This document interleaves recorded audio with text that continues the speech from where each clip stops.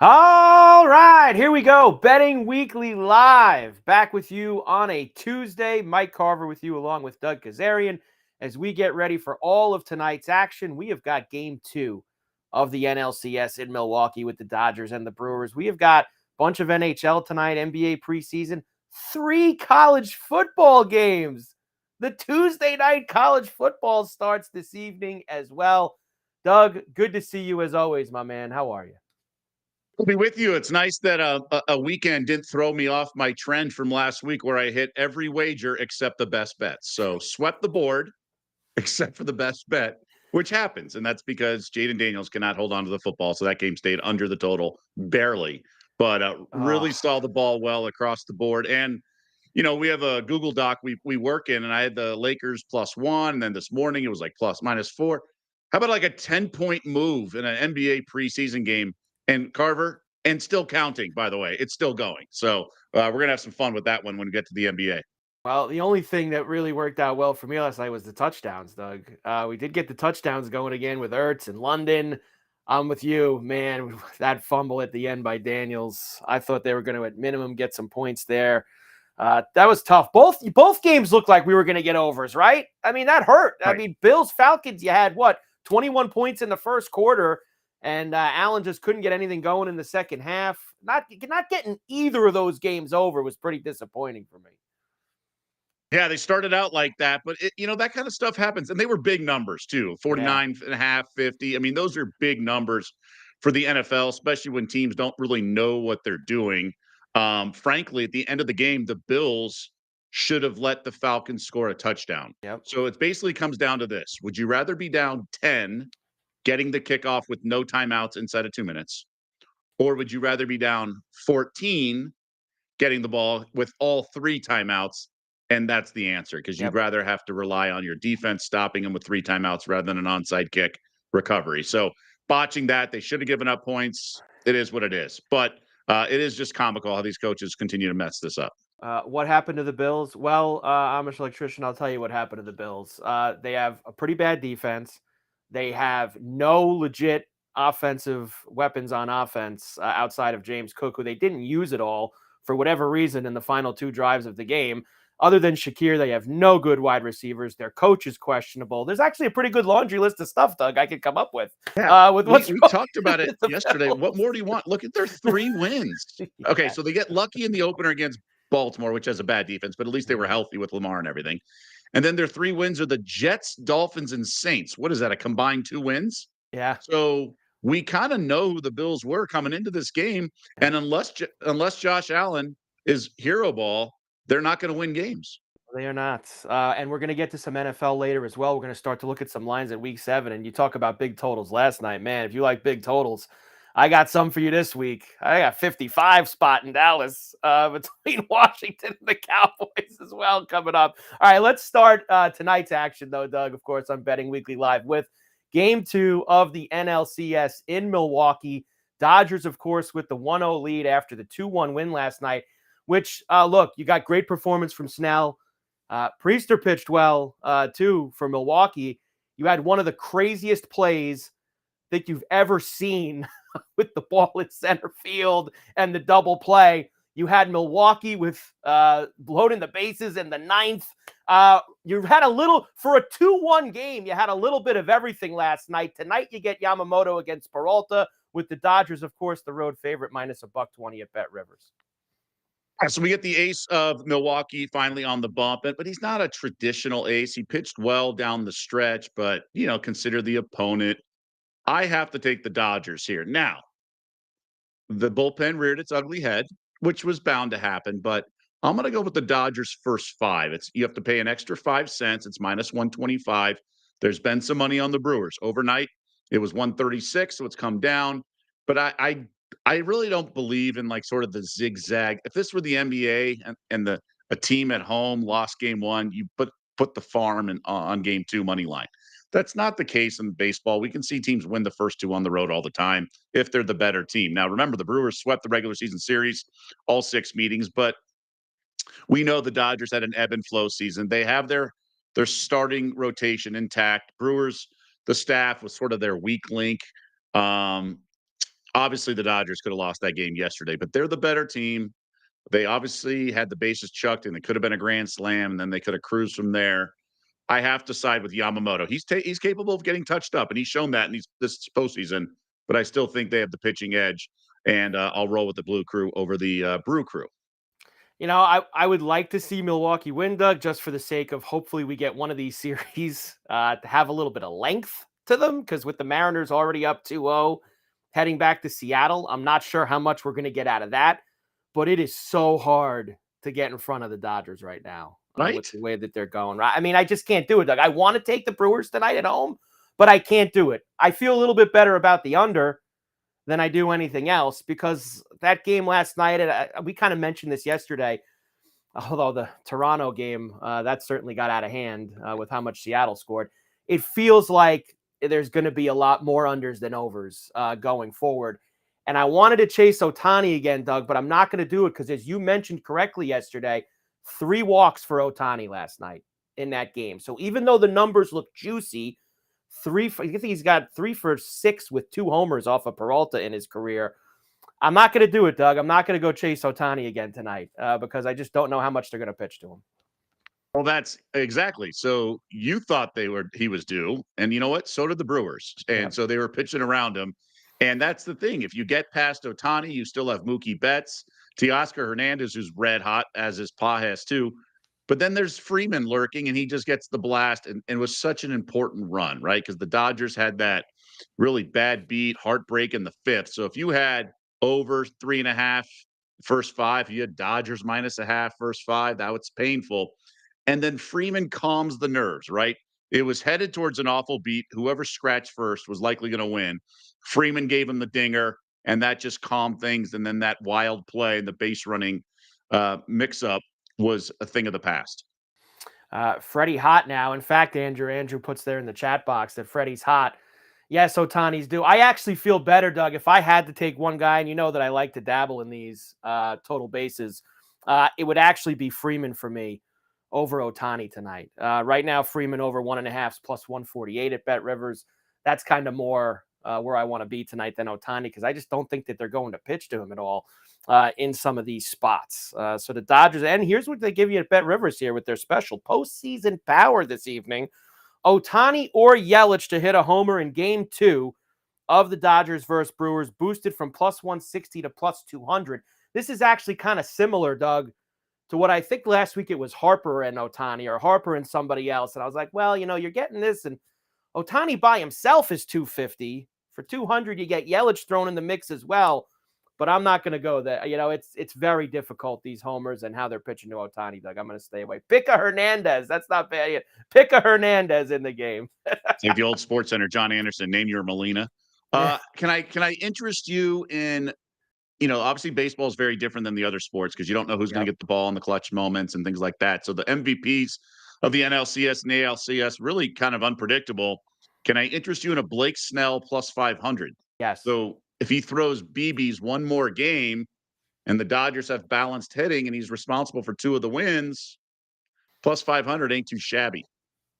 I could absolutely see that. I think he'll pitch a second time, because I don't think it's going to be a sweep, Doug. Like, I think Milwaukee's too good. They've had too good of a year that They're pitching good enough, though. Yeah, I know, but I feel like there's going to be one of these games where they're going to get one of these guys. I don't know if it's Yamamoto tonight. I don't think it is, but maybe it's the game. Maybe it's the game in LA against Glasnow, or maybe they do get a hold of somebody. I feel like the Brewers are not going to just roll over after a 96. Yeah, they could also year. rally against the bullpen. I mean, they had the winning run on second last night, so they could do one of those recipes as well. So I don't mind Snell. I especially when you consider Ohtani's done 0, at least that's one game. Who knows what Ohtani could come out and do 3 homers tonight. But I like the start you have with Snell, 5-1 with what he's already done, and you think he's going to get another start, which would maybe be game 5 in LA, maybe a closeout game. Who knows? I like the Snell play, Doug. I do. I think the key is you don't have to bet it today, because even if the Dodgers win or lose, like some hitter's going to do well, and you almost want them to do well because they'll take the lead, and then you can play the longer shot, so to speak. I don't know this market well enough to see what typically happens with the game one winner who throws pitches well, what happens to his odds. But these are fun markets because you don't know who can shine, right?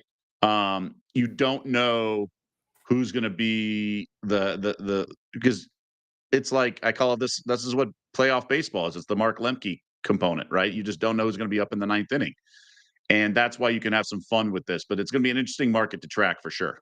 And I did see someone in the chat box also bring up the American League side of things with Polanco, who's now minus 110 as I go and I bring up the Jersey Bet Homer Rivers. in 3 straight games dating Yeah, back to last round. He's a minus 110 for it. Raleigh's the second choice at 7-1. So I mean, minus money 2 games in. It's like a done deal, Doug. It's over. Minus money. It's gonna be Polanco. It is tempting to take it because obviously their series price is way higher. Mm-hmm. But and he's not going to cool off, so he doesn't even need to go yard. He can just have a couple hits. So it's probably a plus EV bet. It probably is, but I'm not willing to pull the trigger. No, I am not as well for it. But Polanco off to an unbelievable start in those 2 games as they will play game 3 in Seattle, of course, tomorrow night. MLB playoffs daily boost pack. That's right at BetRivers. Eligible players who log into their BetRivers account each day during the MLB playoffs will receive a 2-pack of MLB Profit Boost. You get 1 live Profit Boost and 1 SGP Profit Boost. See the app and the website for more details. That, of course, BetRivers MLB Playoffs Daily Profit Boost Pack. All right, so we've got some baseball tonight that we will deal with. We also, Doug, are on the ice tonight. How about that? A little NHL, 8 games this evening that we are going to have. Nashville is in Toronto. You have also got a few others tonight. The Rangers have the Edmonton Oilers at the Garden. Seattle's in Montreal. Tampa and Washington. Couple late night games too with Carolina at the Shark Tank and Pittsburgh in Anaheim. I was coming in here today, Doug, after doing all the work this morning. I was like, I like this. I like that. Really liked the under in Toronto and Nashville this evening. It was one that stuck out to me. I had a couple teams that played yesterday. Nashville's been playing to the under so far this year. But then, of course, Doug, that's why you got to watch this stuff. You find out that both of the backups are in net tonight for the first time this year. Primu and Nanunen are going to both start their first games. They haven't played yet. That throws the under probably out the window for me a little bit, especially when you consider last year Primo was tough. He had a 4.7 goals against. So I don't know if I want to get involved with that. It's probably over or nothing for me at this point, but I'm going to have to stand down from my original under of this morning with the backups in, Doug. First things well done on Chicago yesterday. Yes. Sometimes there's value betting on bad teams, and they got there. Question: you mentioned the Shark Tank, and last year they were historically bad, or last couple of years the Sharks. Are they at least decent, respectable this year at all? No. Nah. They've been to 2 overtimes though. I will say this to you. I last year did enjoy playing the Sharks at home against the Eastern Conference opponents. I felt like there was times that you could get them at a pretty good price. You know, you catch some of those East teams sleepy, whether it was the first or the last game of the California trip. But honestly, Doug, the upper echelon teams, the Carolinas, the Floridas, I never really put those in that category and went after them at the Shark Tank. So tonight, I ain't doing it. Carolina is a heavy favorite right now at BetRivers. Carolina is minus 275. And even the puck line for the Sharks, you're getting 1.5 at minus 117. Not for me. I can't go. It's just too much lumber. Carolina's gonna. You know what Carolina we could do tonight, Doug? If you want to get crazy, throw them in as a piece. You know, a little money line parlay somewhere. What about the over? Sharks games were known for overs last year all the time. They played a 7-6 game with the Ducks the other night as well. And, you know, Carolina is the type of team that can maybe get 6 on their own in a game like this. That's where I would go with that game. So, also, my Golden Knights, I live in Las Vegas, although the Kings are my favorite team because I grew up in LA. They've had 3 overtime games. They played down to their opponents. They lost the Kraken. They should have dominated the Kings. They were up that 5-3 game with 4 straight goals, and then they gave up 2 more in regulation, including a shorthanded, and then lost in a PK. So I wonder if there's value fading this Golden Knights team, or I would ask you, why haven't they sort of clicked out of the gates? I think goaltending's been fine. So what's wrong with this team? Yeah, they just haven't gotten it going yet. You have some new combinations in that top six. You're trying to fit Marner in there, make him comfortable with the guys that he's going to be with. Starting, they do the little Western Canada road trip here also to start the year. I don't love them tonight, Doug, to be quite honest with you, in Calgary. It's a little bit too much for me at minus 180. I think I need them to get back home and have a couple games in their building, because that's really where they shine, is in their home barn. So no Golden Knights for me. I think they're still kind of feeling things out, trying to make sure they get Marner into the right spot. So no Vegas on my card. There is two games I will alert you to that I do like, and it's a little favorites. Now's when I start to look for teams playing on the back-to-back second night against a team that's fresh and didn't play yesterday. You got two of those tonight. Tampa played yesterday in Boston. They're in Washington against the Caps. And you have Minnesota, who played. And by the way, Minnesota, I like that under. They were up 3-0 going to the third, and they let the Kings come all the way back and beat them. Minnesota in Dallas. Now, they're big prices, but at least Dallas is. Washington isn't. In fact, the Lightning now at BetRivers are minus 114 as the favorite. But I do like Dallas a lot. Maybe Dallas and Carolina is something that you could throw together, which plus 104 to put the two of those together tonight. Who's got the best return on their money? Is it the Kings? I would have to think that it's probably the Kings so far, with how that they've played and gotten into overtimes. They've been pretty impressive in that regard. They have. The Kings have they've played a lot better than I expected. We talked last week in that Vegas game when they were playing the second night of a back-to-back, and the way that they came back there, the way they came back last night in Minnesota was completely ridiculous. When teams go up 3 in hockey, it's like they give up. Andrew's not wrong. The 3-goal lead in the NHL is dangerous and always one to look out for. Live betting too. Live betting is something to look for. Early in the game, 3-goal leads. The other one I like tonight, Doug, is the over Anaheim and Pittsburgh. I've watched 2 full Penguin games now, and there is not a lot of defense being played. Aside from that opening night game against the Rangers, which I think was more Rangers than them. I watched them against the Islanders. I watched them give up a bunch of goals to the Rangers the following night. I think that you can get yourself a little bit of a track meet out at the Duck Pond tonight. So I like the over 6, Doug, with the Penguins and the Ducks too. Okay. All right. I like it all. So we got some pucks for you, Doug. We got a couple spots in the NHL for this evening. I know we had a little futures look up there too.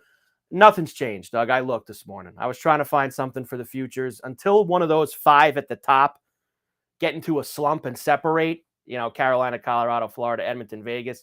As long as there's still the 5 at the top, Doug, I don't think there's really anything to kind of budget so far with it. By the way, the Kraken have been the most money-making team so far. And their dogs again tonight in Montreal for the Kraken, plus $1.28. They have been surprised, and they've played some low-scoring games too. That was a little clash of styles tonight. You got the Krakens played a lot of unders. Montreal's played a couple high-scoring games so far this year.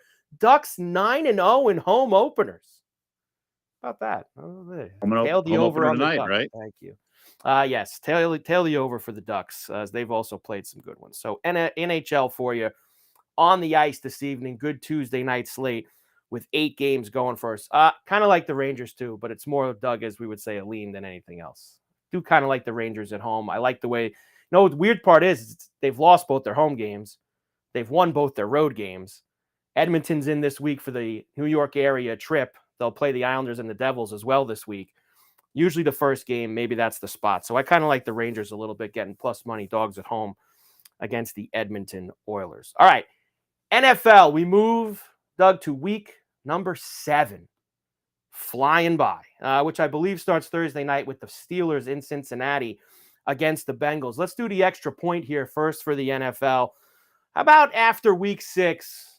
Big theme for you, Doug, as you start to look at the league. It's, the interesting thing was usually Tuesdays when you start to see all the numbers about ATS and, everyone's either 4-2 or 2-4 on the ATS. Everyone's kind of there with the over-unders as well. Everyone's kind of mashed in the middle, Doug, so far through 6 weeks.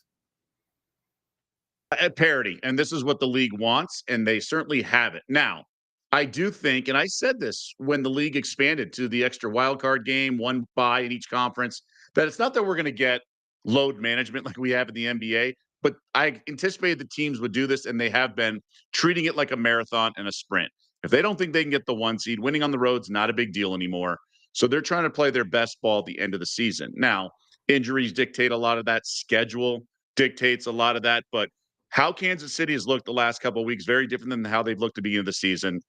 They're getting healthier at the wide receiver position. So maybe they are that much better than everyone because they still have the Spagnuolo-led defense. Otherwise, these teams that are at the top haven't been that impressive. We know the Eagles have their flaws. We just talked about the Bills being flawed, and they're actually the Super Bowl favorites, which is borderline laughable, considering they were what, minus 2,000 a couple weeks ago to win the AFC East, and now it's like a pick 'em.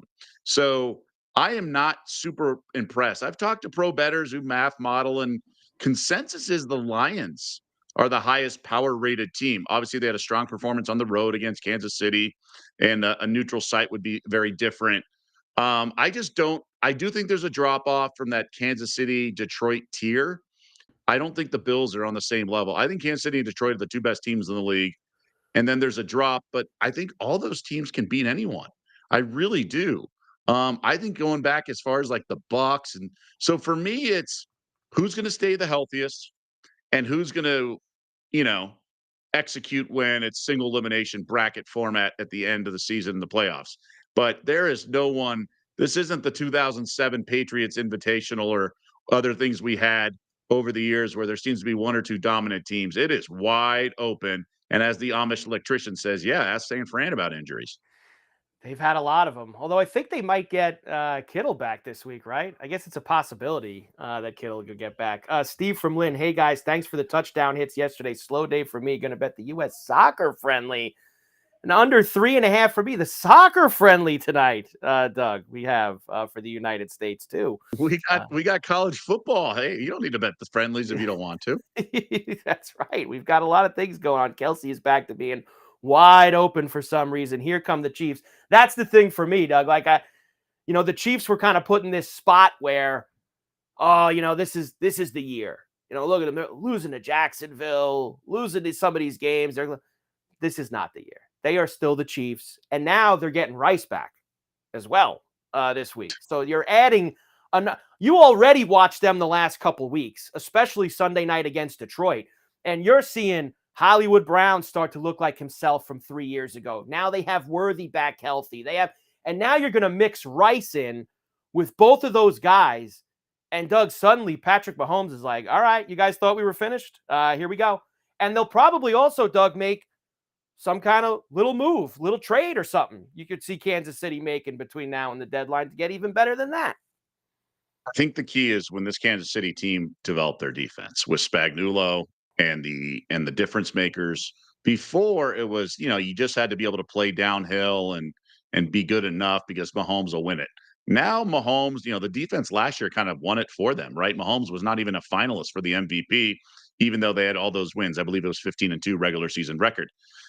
I just think with that defense and Mahomes sort of clicking with the new guys and they're figuring out ways, they are the best team right now. They should be the betting favorite. They're close to it, but they should be.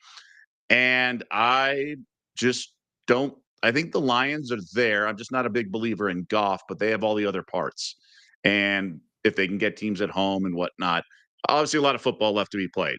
And teams will make a push. Wildcard teams will make a run in November and December. Maybe Seattle puts it together and whatnot. But for the most part, I think it's those two teams on a tier. But we're going to find out with the Bucks, although they're banged up. But they play Detroit this weekend. Yeah, and it is funny. Everyone has Green Bay so high on these things. I don't. Whether it's power rankings, betting power rankings, even regular power rank, everyone's got Green Bay up there in that top 4, top 5. I'm with you. I have not been impressed at all with Green Bay, and I do. I think the Lions. I know they beat the Lions the first week of the season. That's the first week of the season. I think in a big spot in January, doesn't matter if the game's in Green Bay or Detroit, I think that they would beat the Packers. No doubt in my mind, Doug. I really do. Honestly, I'm not convinced Jordan Love is I almost said I'm not convinced he's a starting quarterback in the NFL. Like, I've never been a big believer in him. I don't think he's that good. He's probably going to be a long-term starter and just have one of those careers. That's fine. Maybe it's a Philip Rivers type career, but I just don't think he's that great. And we'll see. We'll see. If I'm proven wrong, I'm proven wrong. But I've just never kind of drank the Kool-Aid with him. Let's go for two now. As we get ready for week number 7, take a look too early, maybe sides and totals for this week's games. Why don't you start us off, Doug? Give us a little something that's already caught your eye for week number 7. Yeah, it's a really interesting what Mike Tomlin said about the Browns trading Joe Flacco to Cincinnati within the division. You had a starting quarterback you traded midseason to a division rival. Makes no sense. But I don't know what his motivation was. Is he a little intimidated with Flacco? So short week. Steelers obviously looked the part at home against Cleveland. Very different now going to Cincinnati. I don't understand how the Bengals were able to block the Packers pass rush, right? They were a revolving door all season, and you have this statue at quarterback now, and the Packers couldn't get to him. It was really bizarre. I think the Steelers will be good, but I just can't lay the points. I think this total is a little low, but I'd like the Steelers as a money line parlay piece. If you want action on Thursday and you want to force it a little bit, I'm contemplating using Steelers in my survivor. Road team has me concerned, but I do think they should get the win. Flacco can be frisky here and there, and he can throw the deep outs, but for the most part, Steelers should handle their business, and this Bengals defense should be easy for Aaron Rodgers. So I like that as a leg, and I I know Vrabel's downplaying it, but you got Vrabel going back to Tennessee. They're coming off a big win, but I think the Patriots have to win this game. So a two-leg parlay, just the money line is like minus 122 or something like that. Now, Callahan's fired. You get the coach bump. Mike McCoy, former head coach and offensive coordinator, is the head coach, at least interim. That bums me out because I guess last week the Titans had a horrendous week of practice. So maybe they're going to be a little bit more buttoned up. But I don't think this stuff gets solved overnight. I think the Titans are a disaster. So the Patriots should be able to handle their business. If the Raiders can beat them, the Patriots should be able to, although the Raiders did beat the Patriots in New England earlier this year. But that money line parlay, again, you kind of get some action on Thursday night. You have Vrabel, who does not want to lose to Tennessee here. Minus 141 money line parlay feels like a fun but smart play. I did add something, Doug, to my football rules for life a few weeks ago, and that is I am not going to be playing Survivor on a Thursday night game ever again after the Rams lost to San Francisco. I'm done with Thursday night Survivor. Yep, that hurt me. I just can't do it. Although I do agree with you. Feels like Steelers may be a good spot, but man. Well, tough. this week has a lot of options. New England's another option if you want to go road, out of conference, or out of division, I should say. I mean, I even have the Packers. I have the Chiefs. But if you're trying to win the whole 20-week thing, you got to pick your spots. You gotta go rogue once in a while. You're not trying to last the longest. You're trying to win a 20-leg parlay or 18-leg parlay. That's what it's all about. It's not about staying alive the longest. You gotta pick the spots and know where the game theory. So I think the Steelers don't have a lot of options. Although if they keep winning, maybe they're going to be just better than I think. But they don't have a ton of options coming up after this. It's Packers, Colts, Chargers, Bengals at home, so I could save them for then. But these are options. I know. Andrew says that's one of the golden rules to not use Thursday games. I broke that rule, Andrew, and so did Doug. We broke that rule with the Rams a few weeks back. I test Packers mid-pack. That's kind of where it is for us as well so far. How about this? This one actually I was going to use, and I know you have it as well, and that's this Jet-Panther game on Sunday as well at MetLife. That one you had circled too. Yeah, I cannot believe I want to lay points with the Panthers on the road, but I think the Jets are that bad. Justin Fields, breaking news, is not a starting quarterback in the NFL. So while he continues to be the quarterback for the New York Jets, I'm going to bet against them. Now, they did cover with the points last time. But remember, their best performance, ATS and everything, was when Tyrod Taylor was their quarterback. He's the better quarterback. I don't know why Fields is getting to play, and I think you lose the locker room. I think Aaron Glenn's probably lost the locker room at the end of the first half with that stupidity. I think the Panthers kind of feeling the flow a little bit. They got a lot of weapons. I'm not the biggest Bryce Young fan, and he's going to turn the ball over, and he's a midget out there. But The Panthers are better than the Jets, and I think this team does not believe in their quarterback. So I'm gonna now. I will say Fields was facing one of the best defenses in the league, so maybe that was some of his happy feet. But yeah, passing. You and I had better passing numbers than the Jets last Sunday. Yes, Negative we 10 did. We net did. yards. So I like Carolina -2, and this number's moved up from 1.5. So I think you want to grab it now. Not that I Yep. think it touches 3, but I think that's the right side here. Yeah, a lot of people here in New York now, Doug, feel that the Jets should keep playing Fields so that they guarantee themselves the number 1 pick in the draft. That's Oh, kind of where that's uh, the guarantee. I'm Keep all playing, for tanking in all keep, sports. keep playing them so that way you can get the number 1 pick. And then 2 weeks later, Arch can announce that he's going back to school, which he should. That's a whole nother hour-long conversation we could have if Arch Manning should go back and play college football next year. Go for 2 for me, Doug. There's one thing that I've kind of realized over the last few weeks in these Cleveland Brown games. Their offense isn't going to be great, but their defense is going to be pretty decent. Even though they did give up some points to the Steelers last week, they hung in for a while and they just kind of let go of the rope at the end. Here it is. You wanted it? Thoughts on Browns Dolphins? It's on my go for the 2 this week because I like the under. 40.5 this morning at BetRivers, now already down to 40 here later this afternoon. I know the Dolphins have maybe played a little bit of some wilder games, not in Cleveland against the Browns. I like another under with the Browns, Doug, this week. How much does Tua's comments about players and things from the top factor into your handicap? A lot, because I think they're going to quit even more. I think they're gonna even more not be checked in until I think at this point, Doug, it's gonna take firing McDaniel probably and somebody else going in there and yelling at him because McDaniel's not that guy, right? He's just not a guy who's going in the locker room and throwing Yeah. things around and shaking things up. So it's probably gonna take that.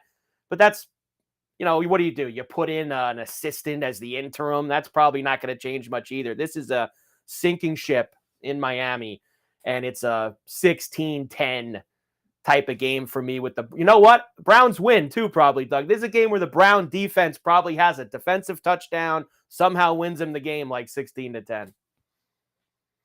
Oh man, it's probably the right side until I can't lay the 3. No, I can't. I'm not laying the 3.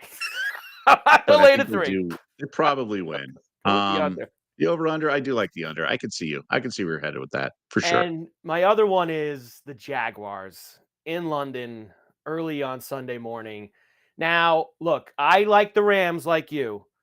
This is a little different here. Rams obviously doing the same type of trip that Denver did last week, playing on the East Coast, then going to London. Generally, especially this year so far, Doug, the favorites have not performed well in these London games. We have seen the dog kind of show up and play good. Cleveland blew the cover. Let's just say that against Minnesota. They blew the cover in that game. You brought it up a lot. They should have covered that game. Then you had last week, the Jets did cover despite how putrid they were. The Jaguars are used to this scenario. Most of the guys who have been on this team for the last few years, they do this trip every single year. At 3, I like it for the Jaguars, taking the 3 with them. And what could be also kind of an ugly game like these early morning London games sometimes are. I'm going to take the points, Doug. What if I told you that the Rams stayed on the East Coast after Baltimore and practiced in Maryland or somewhere? I actually thought I heard today that they practiced in Camden Yards. I feel like they're practicing at the Orioles' house Okay. before they go over to London. So, yeah, I mean, maybe. The Puka's banged up too. That's a big piece for the Rams on offense. Yeah, I think he would move the point spread a half point or something like that too. Rams made me money last week, but I like the Jags in this context. I just look at it's probably a game where you want to have the 3 in your pocket because a lot of these Jag games are ugly over there too. These are not fun games. These London games, Doug, generally are pretty ugly. They're ugly games, and I know that the Jets can make anything ugly, but look at the 3 we've had. The Dublin game was ugly with the Steelers and the Vikings. The Viking-Brown game was ugly. The Jet-Bronco game's ugly. Okay, hold on. Look at the quarterbacks that were involved in those games. True. You're getting Stafford. I mean, these guys should not be starting quarterbacks, right? You got Dylan Gabriel, Carson Wentz, Justin Fields. What are we doing here? And then even going back to last year, like the Brazil game, that the turf was all messed up. So I think with Trevor Lawrence and Stafford, I think we're going to see some points. I think the coaches are good. I think this could be a competitive, fun game. It could be and look, you know what? You make a great point. These people, these poor people in London who get these NFL games every year, can they ever, and we know why they don't get Mahomes versus Allen. Those are enormous games for networks that you want to see in Buffalo and Kansas City. But can they throw him a bone, Doug, at some point and give him a couple of really good quarterbacks in a game? What do you mean? Jaguars is their team. That's London's team. Yes, I know. Shad Khan going back to London with his Jaguars this week. Good job by them. All right. All right. Betting Weekly Live here with you on a Tuesday. Mike Carver and Doug Kazarian. Make sure you check out all the other shows on our BetRivers Network, including Betting Weekly Game Bet Match. That's right. Nigel Seeley and Sean Calvert previewing tomorrow morning's first round matches at not one, not two, but three ATP events. So Nigel and Sean have you covered. Make sure you go check that out. BetRivers Network Game Bet Match for us there. All right, college football. We do have, before we do a little go for the two for college, Doug, we have games tonight we do. college. Oh, yeah, we do. Here we go. Tuesday nights, Conference USA, Sun Belt. Everybody getting involved. New Mexico State visiting Liberty just after 7 o'clock East. Liberty -10. You know what? We each like something in each of these games. So why don't we start here? Liberty -10, 48.5 in the earliest game tonight, Doug. So I'm on the favorite here. I think it's too high. I do like the I'm on the underdog and the under.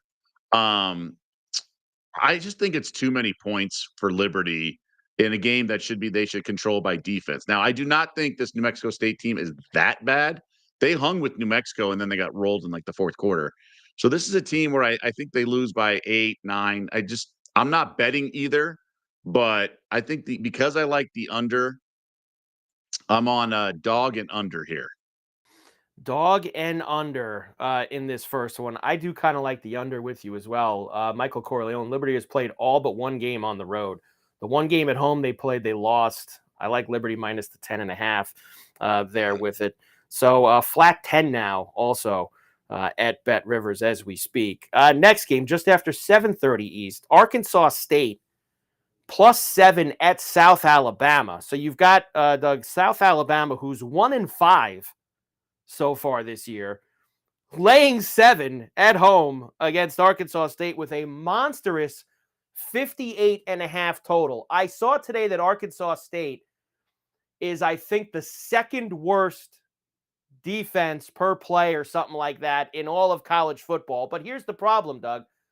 I don't think that South Alabama's offense is good enough to be able to take advantage of that.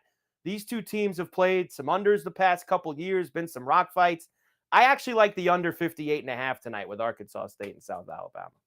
So for what it's worth, Arkansas State ranks 122nd out of 136 in terms of defensive efficiency. So different metric, but yeah. I've bet on the Jaguars way more than I care to admit over the course of the last couple seasons. With that being said, I will say this number is getting steamed from 6.5, and I know there's some shops elsewhere that are high as 8. I would say South Alabama is the only side you can play, but I can't play it because I think the Arkansas State's not terrible. We have a terrible matchup tomorrow. We have a combined 1-11 records tomorrow.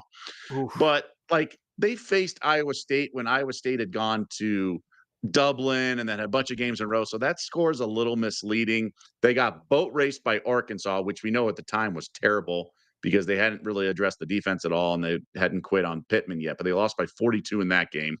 They lost to UL Monroe, who's not good, and then they played Texas State. So I think it's a mixed bag with what you're going to get at Arkansas State.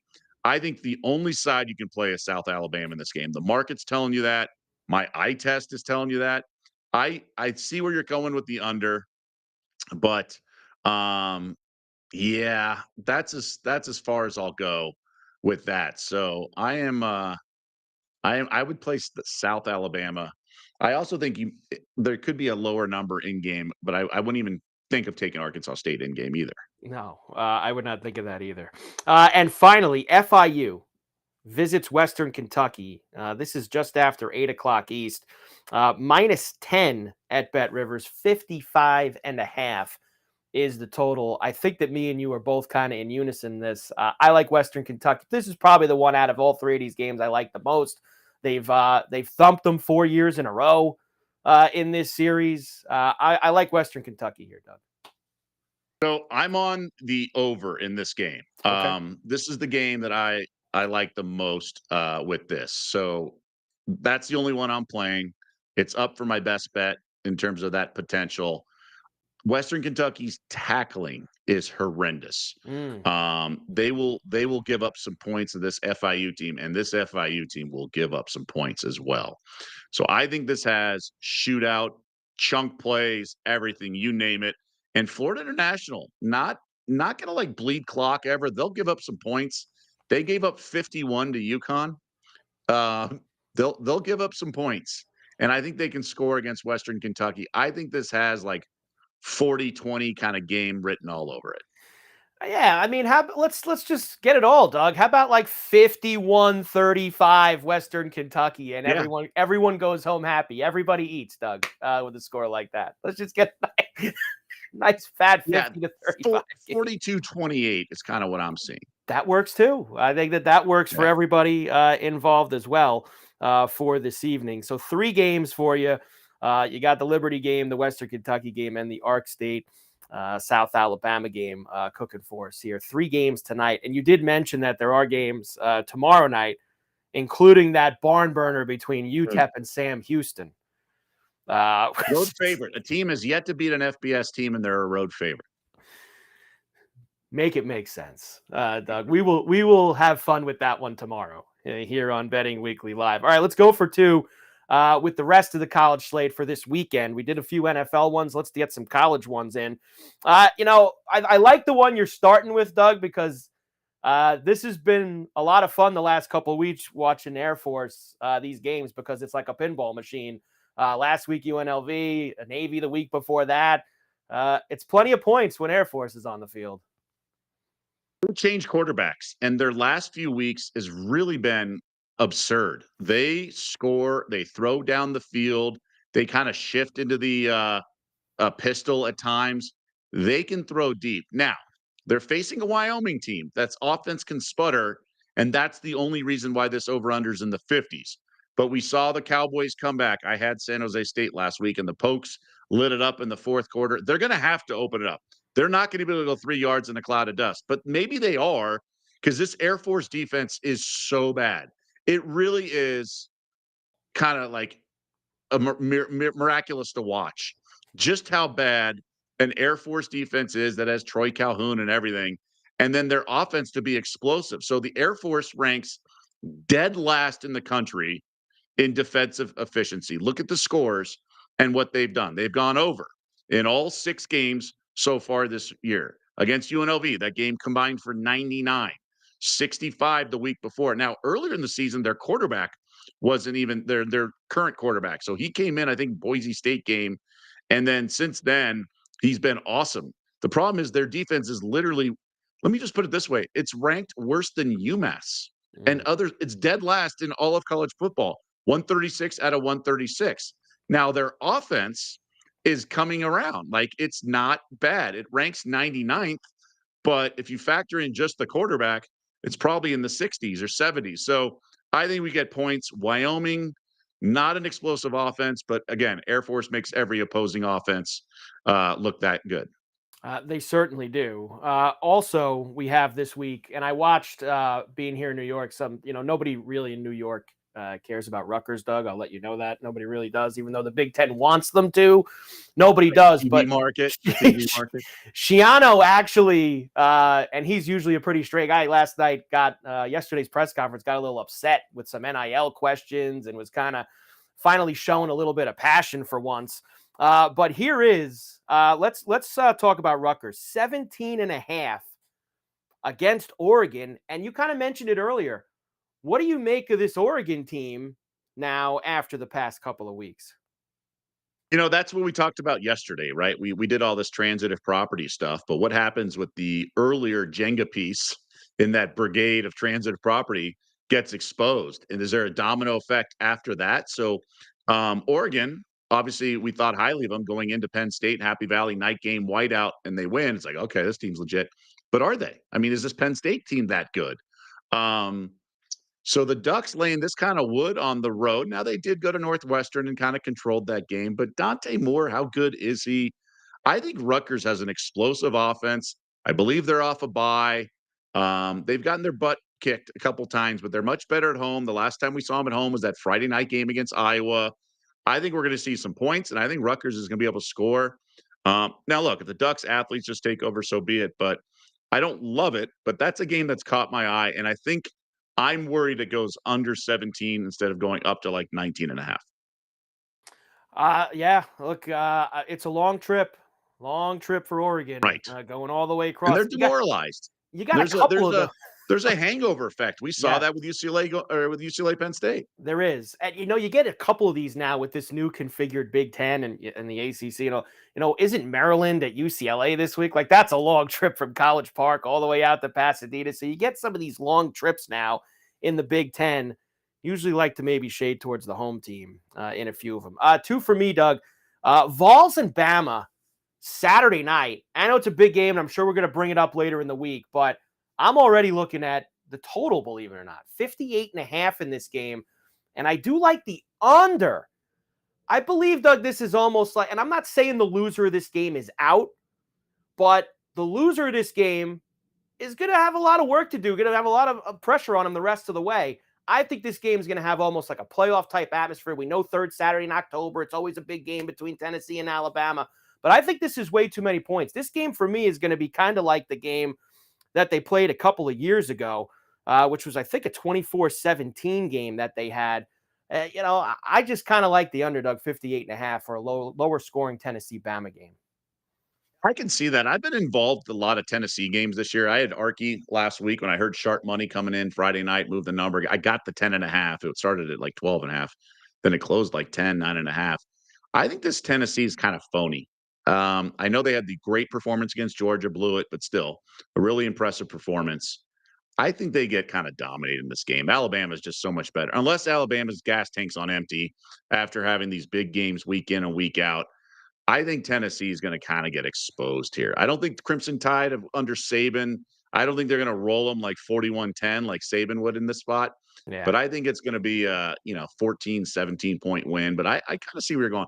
I don't think Aguilar and this Vols offense is that impressive. I think they're a bully and beat up on bad Oh, yeah. defenses. But Aguilar got kind of beaten up a little bit at the end of that game last week. And without those turnovers that Arkansas had and Taylor Green kind of shot himself in the foot, I think they were on the verge of losing that game. So I think Alabama -8 is probably the best way to play this game. Yep, no doubt. And last year was the 24-17 game, which, of course, Tennessee won in Knoxville, and Tennessee got in the playoff, and Alabama didn't, coincidentally, Right. last year. So it's a very important game on both sides, and since Heupel's been there, he's been able to keep it somewhat close. And the other one is the other big SEC game, which is Ole Miss and Georgia. Ole Miss beat Georgia last year at home. Now they got to go between the hedges. I think Georgia wins, Doug, but I feel like a touchdown is a lot. I feel like this game is going to be tight all the way down to the end, pressure filled, kind of similar to what I was just talking about with Alabama and Tennessee. I don't see a blowout in this game. I think that Lane's going to have his guys ready to go. I don't think they win, but Georgia last week got a cover off of some really crazy stuff against Auburn. Think should have 17-0. Some crazy stuff got that Crazy. for them. I like Ole Miss with the points here early in the week at least.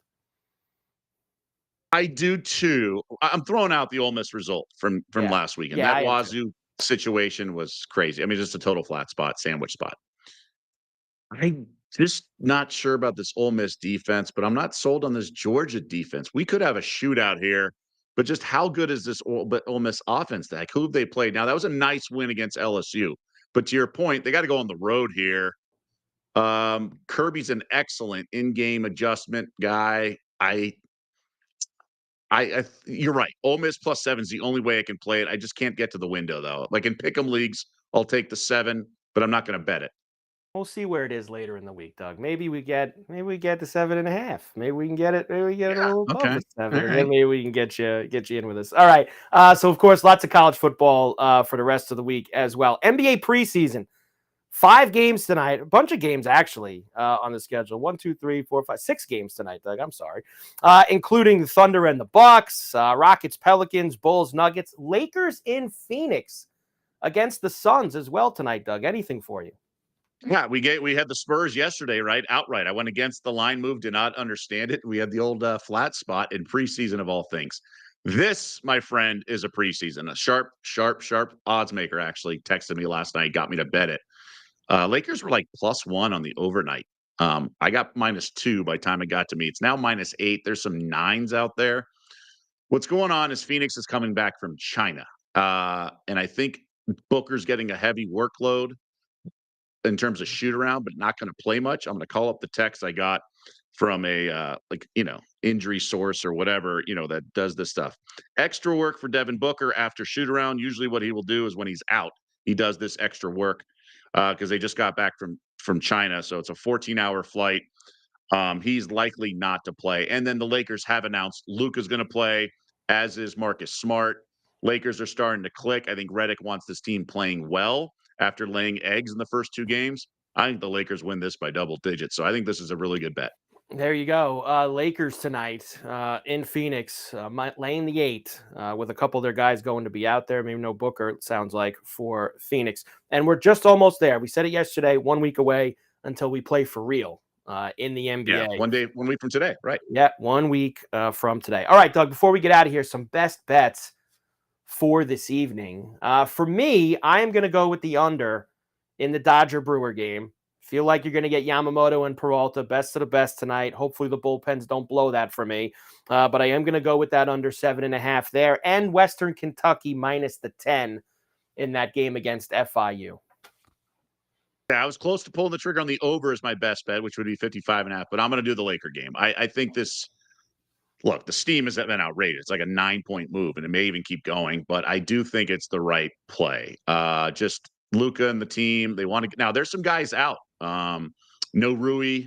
I think there's some other guys. Gabe Vincent's out, so the Lakers have some pieces out. But Phoenix is a team that's really. Remember, they got ravaged. They're rebuilding. Malawak is like one of their best players now out of Duke. So there's not a lot to write home about in this game, but I think this is a double-digit win. So there you go. Good night ahead here. You've got yourself 3 college football games, lots of NBA preseason. We've got game 2, Dodgers, Brewers, and a bunch of hockey as well, if you would like to drop the puck. Doug, we will be back tomorrow, Betting Weekly Live, same time, 5 p.m. East, 2 p.m. Pacific, where once again, we have more college football. We have Mariners and Blue Jays getting back involved, and some couple hockey games too.